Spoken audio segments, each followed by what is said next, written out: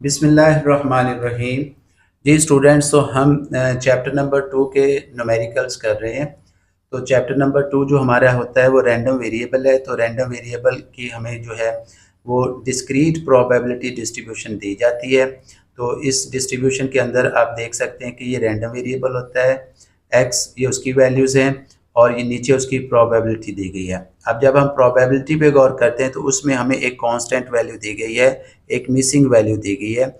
यहाँ पर उसने क्या नाम रखा है, इस मिसिंग वैल्यू का वाई रखा है। तो हमारा क्वेश्चन भी यही होगा कि find the value of Y, ये हम मालूम करना चाहते हैं। ये हमारा क्वेश्चन है कि ये जो मिसिंग वैल्यू है, इस मिसिंग वैल्यू को हमने मालूम कर लेना और इस जगह पे पुट कर देना है, तो हमारी जो है डिस्ट्रीब्यूशन करेक्ट हो जाएगी। तो आइए अब हम डिस्ट्रीब्यूशन के अंदर मिसिंग वैल्यू मालूम करना सीखते हैं। ठीक है, तो आपने इसके साथ साथ प्रैक्टिस करनी है। आइए अब हम न्यूमेरिकल को सॉल्व करते हैं। तो सबसे पहले हमने क्या करना है जनाब, इस डिस्ट्रीब्यूशन को हम वर्टिकली लिख लेंगे। ठीक है, ये हॉरिजेंटल दी गई है, हम इसको इस तरह से वर्टिकली लिखेंगे। ये रैंडम वेरिएबल एक्स आ गया हमारे पास, 1 2 3 4 5, ये रैंडम वेरिएबल की वैल्यूज़ आ गई। फिर इनके सामने इनकी प्रोबेबिलिटी गिवन है, हम वो भी एज इट इज़ लिख लेंगे जैसे गिवन दी हुई है। कैसे है जी, 1 की प्रॉपर्टी 0.1 है, 2 की प्रॉपर्टी 0.3 है, 3 की प्रॉपर्टी उसने क्या लिख दी है जी, y। ये जो 3 की प्रॉपर्टी है उसने y कह दिया, इसी को हमने मालूम करना है। और 4 की प्रॉपर्टी कितनी है जी, 0.2, और 5 की प्रॉपर्टी है 0.1।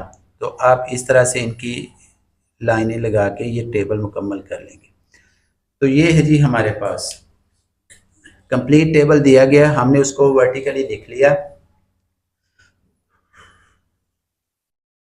तो अब आप देखिएगा कि हमने इस y की वैल्यू मालूम करनी है। तो याद रखें, जब भी किसी कांस्टेंट की वैल्यू मालूम करनी हो तो हमने सबसे पहले क्या करना है, इस कॉलम का समेशन कर लेना है, सम कर लेना है। इन कॉलम को क्या कर लेना है, प्लस कर लेना है। तो आइए 0.1 0.3 0.2 और इसको करेंगे तो 1 और 3 कितना हो जाएगा, 4 5 6 और 7, ये हो जाएगा जी 0.7 प्लस वाई, प्लस क्या आ जाएगा हमारे पास, y, जो कि हमने मालूम करना है। याद रखें इसको लिखने का तरीका यही होगा, आपने गलती से इसको 0.7y नहीं लिखना, क्योंकि कांस्टेंट वैल्यू प्लस नहीं होती। जैसे x प्लस वाई लिखना हो तो हम x प्लस वाई ही लिखते हैं, xy नहीं लिखते। ठीक है ना, जब भी हमने लिखना हो डिजिट्स तो हम प्लस कर लेते हैं, लेकिन अगर कोई हमारे पास अल्फ़ाबेट्स दिए गए हों तो उनको प्लस करना होगा तो हमने अलग-अलग करना है। तो ये डिजिट्स जितने थे वो हमने सम कर लिए, आगे प्लस क्या कर देना है, y डाल देना है, प्लस y।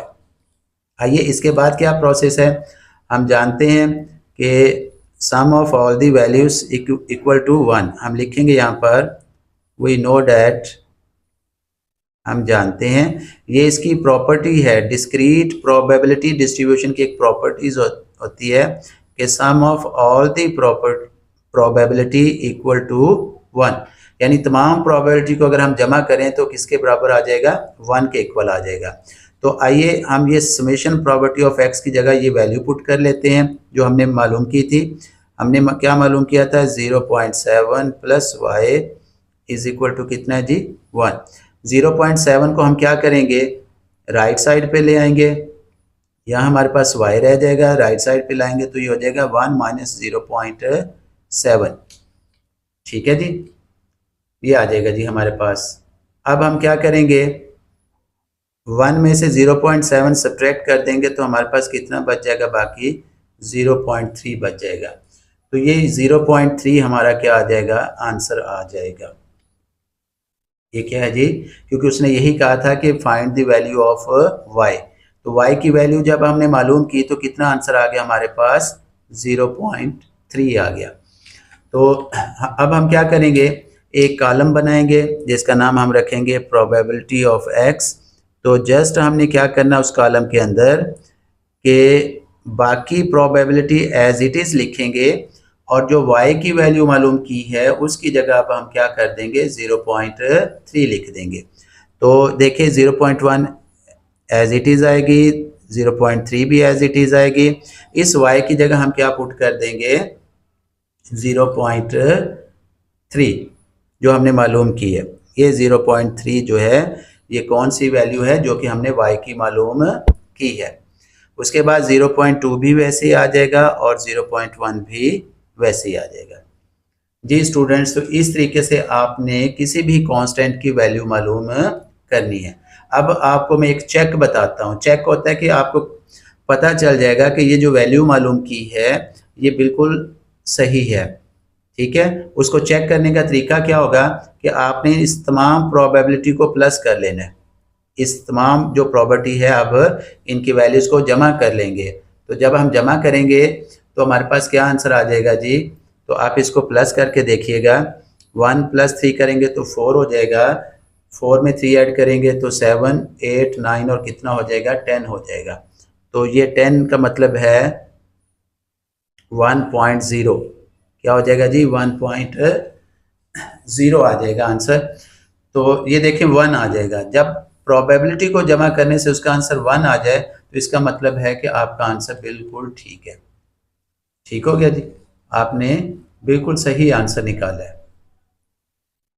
ये चेक होता है, आपने चेक कर लेना है। जब आप कांस्टेंट वैल्यू मालूम कर लें तो उसको क्या कर लें जनाब, जमा करके देख लें कि प्लस करने से अगर आंसर हमारा क्या आ जाता है 1 आ जाता है तो इसका मतलब है आपने जो वैल्यू कांस्टेंट की मालूम की है वो बिल्कुल ठीक है। तो इस तरह से हमारा जो है ये जो न्यूमेरिकल क्वेश्चन है हल हो जाता है।